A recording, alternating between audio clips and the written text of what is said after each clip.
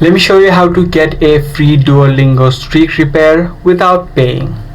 Now there are two ways on how you can do this. Firstly, if it is within 48 hours, you can trigger a free streak society, which will then gain you a free repair option.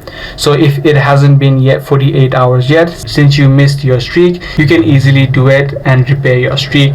But however, if it has been more than 48 hours, in this case what you need to do is change your device state.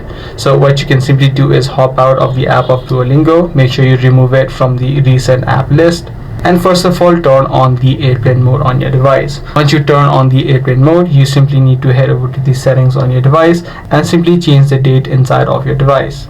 So make sure you turn off the automatic date and time, and you'll be able to manually select the date. So make sure you select the date on the exact date that you missed your streak, so that you can do it and repair your streak without having to lose it.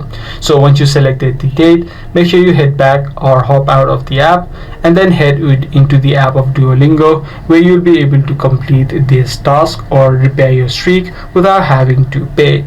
So by following this exact step, you'll be able to get a free Duolingo streak repair without paying. If this guide video did help you out, be sure to subscribe. That's pretty much all for today. I'm going to see you in the next video.